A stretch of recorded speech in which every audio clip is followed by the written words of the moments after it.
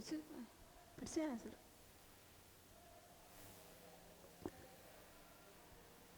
आप जूरिस्प्रूडेंस को यूनिट 4 पढ़ रहे हैं, लायबिलिटी, और लायबिलिटी को लीगल कॉन्सेप्ट में वल्कुरम जूरिस कहा गया है। लायबिलिटी को हिंदी में दायित्व कहते हैं। दायित्व का मतलब होता है उस काम को करना जिसे हमें सौंपा गया था और हमने अपने कार्य को पूरा नहीं किया, उस दायित्व को पूरा नहीं किया। सामन की डेफिनेशन में आपको दी गई है, सामन की डेफिनेशन आपको दिखाई पड़ रही है कि सामन ने क्या कहा, liability is the bond of necessity that exists between the wrong doer and the remedy of the wrong. इसका मतलब क्या होता है, दायित्व एक आवश्यकता का एक बंधन है। जो गलत करने वाला रॉन्ग डूअर क्या करता है, उसके रॉन्ग गलत काम के और एक रेमेडी के बीच में विद्यमान रहता है, उपस्थित रहता है। इसका मतलब कि अगर कोई व्यक्ति गलत काम करता है, कुछ गलत कर रहा है, तो लायबिलिटी क्या होगी, दायित्व बताता है कि वो आपने काम गलत किया और जिसके प्रति आपने काम गलत किया वो रेमेडी पाने का अधिकार रखता है, उपचार पाने का अधिकार रखता है। तो लायबिलिटी को अगर बांटा जाए तो काइंड्स ऑफ लायबिलिटी को देखा जाए तो civil and criminal liability, remedial and penal liability. Civil का मतलब दीवानी और क्रिमिनल का मतलब आपराधिक, रेमेडियल का मतलब उपचारात्मक और पेनल का मतलब शास्तिक दायित्व। तो लायबिलिटी आपको काइंड्स पता चल गए, civil and criminal liability, remedial and penal liability. Civil का मतलब दीवानी और क्रिमिनल का मतलब आपराधिक दायित्व, रेमेडियल का मतलब उपचारात्मक और पेनल का मतलब शास्तिक। सिविल लायबिलिटी क्या कहती है, सिविल लायबिलिटी में डायरेक्ट प्रतिवादी के विरुद्ध दीवानी कार्यवाही द्वारा वादी के अधिकार का प्रवर्तन कराया जाता है। इसका मतलब सिविल लायबिलिटी ये कहती है कि जैसे ही एक डिफेंडेंट प्लेंटिफ के राइट्स को, अधिकारों को ब्रीच करता है, तोड़ता है, तो उसके खिलाफ वादी के अधिकारों को क्या करवाया जाता है, इन्फोर्समेंट करवाया जाता है। सीपीसी में आप किसी बहुत सारे इस मामले में आप सूट देखते हैं। क्रिमिनल लायबिलिटी क्या होती है, यहाँ पर अपराधी को इसलिए दंडित किया जाता है कि उसने कोई अपराध कृत किया था। तो लायबिलिटी, क्रिमिनल लायबिलिटी क्या दिलाती है, अपराधी को दंडित करने की कार्रवाई से रिलेटेड होती है। अब रेमेडियल, रेमेडियल का मतलब उपचारात्मक दायित्व, रेमेडियल लायबिलिटी, यहाँ पर वादी के, प्लेंटिफ के स्पेसिफिक राइट को इन्फोर्समेंट कराया जाता है। इसका मेन एम क्या होता है, वादी के अधिकारों की रक्षा करना। फॉर उदाहरण के लिए, अगर मेरा मकान किसी ने जबरदस्ती कब्जा कर लिया है तो मेरे अधिकारों की रक्षा, मैं न्यायालय में जाऊंगी और न्यायालय में जैसे ही मैं जाऊंगी, मैं कोर्ट में जो पहले जाता है उसे वादी कहते हैं। तो अब यहाँ पर प्लेंटिफ क्या करेगा, मेरे अधिकारों की रक्षा करेगा। मैं बताऊंगी, मैं साबित करूंगी अपनी बातों से, अपने दस्तावेजों से, साक्ष्यों से कि मेरे अधिकार को की रक्षा की जाए। जैसे ही मैं साबित कर ले जाऊंगी तो मेरे राइट को क्या किया जाएगा, स्पेसिफिक इन्फोर्समेंट, एक विशिष्ट अनुपालन करवाया जाएगा।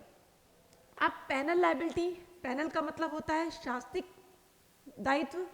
यहाँ पर दंडित करने की भावना होती है, हमें पहले ही पता होता है कि हम सामने वाले को दंड देना चाहते हैं। कैसे, जैसे ही कोई मेरे बारे में या किसी और के बारे में अपमान लेख लिखता है, कोई डिफेम करने के लिए बात लिखता है, तो मेरा एक इंटेंशन होता है, मैं उससे कोई फाइन नहीं लेना चाहती हूँ, मैं केवल उसको क्या करना चाहती हूँ, मेरी एक चाह होती है कि कारावासित या इम्प्रिजमेंट की सजा उसको मिले। इसका मतलब पैनल लायबिलिटी क्या बताती है, दंड के बारे में बताती है। पैनल लायबिलिटी किसके बारे में बता रही है, दंड के बारे में। तो चारों तरीके की लायबिलिटीज होगी, civil liability, criminal, remedial and penal liability. अब इसके बाद जो टॉपिक है इसमें रिलेटेड मैग्जिम्स, उक्तियाँ। अब जो पहली उक्ति है, जो पहला मैग्जिम है, damnum sine injuria, damage without injury, बिना क्षति के हानि। डैमनम का मतलब होता है लॉस और इंजूरिया का मतलब होता है वायलेशन ऑफ राइट। वादी को जैसे ही क्षति हुई, तो क्षति तो हुई वादी को, लेकिन उसके किसी विधिक अधिकार का उल्लंघन नहीं हुआ, तो ऐसी स्थिति में उसे क्षतिपूर्ति नहीं दिलवाई जाएगी।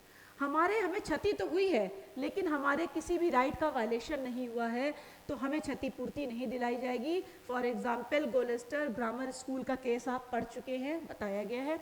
अब एक एग्जाम्पल आपको छोटी सी बात बता दें, दुकान और कारखाने की, स्कूल की। एक ए के पास एक शॉप है, ए ने यहाँ पर एक शॉप खोली हुई है, अपनी दुकान ए ने खोली हुई है, एक शॉप खोली हुई है। बी भी अपनी शॉप खोल लेता है बगल में, ए की शॉप के बगल में बी भी अपनी शॉप खोल लेता है, जिससे ए के प्रॉफिट में कमी आती है, फाइनेंशियल लॉस उसको हो रहा है, उसका हानि हो रही है, लेकिन उसके किसी राइट का उल्लंघन बी ने नहीं किया है, इसीलिए बी के खिलाफ किसी भी तरीके का कोई वाद का केस नहीं बनता है। तो यहाँ पर क्या हो रहा है, हमारे हानि तो हो रही है, हमें क्षति तो हो रही है, लेकिन हमारे राइट का वायलेशन नहीं हो रहा है, केवल और केवल हमें क्या हो रही है, हानि हो रही है, क्षति हो रही है।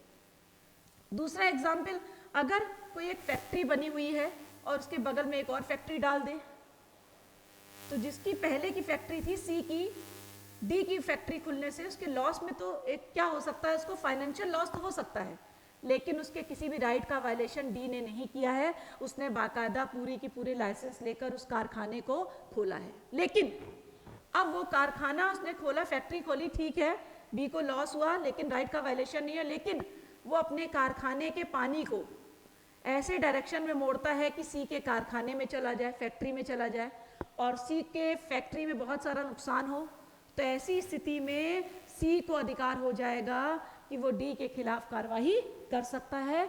यहाँ पर उसके राइट का वायलेशन डी ने कर दिया। जैसे ही राइट का वायलेशन किया डी ने, वैसे ही सी को क्या हो गया, एक राइट मिल गया कि वो डी के खिलाफ वाद दाखिल कर सकता है। दूसरी मैक्सिम अगर देखें, injuria sine damno, injury without damages, यहाँ बिना हानि के क्षति, वादी को विधिक क्षति तो हुई है, कोई लीगल इंजरी तो हुई है, लेकिन उसे कोई हानि नहीं हुई है, तो भी क्षतिपूर्ति दिलवाई जाएगी।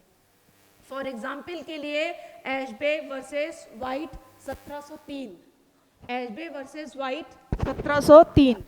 अब इस केस में एशबे वर्सेस वाइट 1703 के केस में क्या हुआ कि एक व्यक्ति वोट देने जा रहा है और वोटिंग ऑफिसर ने उसे रोका, वोटिंग ऑफिसर की वजह से, लापरवाही की वजह से वो वोट नहीं दे पाता है जिसको वो वोट देना चाहता है। लेकिन जब रिजल्ट आता है तो पता चलता है वादी को कि जिस कैंडिडेट को वो चाहता था वही कैंडिडेट जीता है। यहाँ पर उसको लीगल इंजरी तो हुई थी, लेकिन उसको कोई लॉस नहीं हुआ था, तो भी कहा गया कि उसे क्षतिपूर्ति दिलवाई जाएगी, उसको पूरा का पूरा राइट है कि वो क्लेम कर सके इंडिमिटी के लिए। तीसरी चीज़, ubi jus ibi remedium, where there is a right there is a remedy, कि जहाँ भी अधिकार होंगे वहाँ उपचार जरूर होंगे। जैसे एक सरल सी मैक्सिम बोली जाती है, जहाँ चाह वहाँ राह, कि जहाँ चाह है वहाँ राह है, तो जहाँ अधिकार है वहाँ उपचार। अगर हमें कोई राइट दिए गए हैं, तो अगर हमारे राइट का कोई वायलेशन कर रहा है, कोई उल्लंघन कर रहा है, तो उसके खिलाफ हम वाद दाखिल कर सकते हैं। जैसे ही हमारे राइट का कोई क्या करेगा, वायलेशन करेगा, वैसे ही हम उसके खिलाफ सूट फाइल कर सकते हैं। आपने मेनका गांधी का केस भी पढ़ा होगा। मेनका गांधी के केस में बताया गया है कि जैसे ही हमारे राइट का वायलेशन हुआ, हमें विदेश यात्रा करने से रोका गया, हम सूट फाइल कर दिए, जैसे ही हमने सूट फाइल किया हमें रेमेडी मिल गई।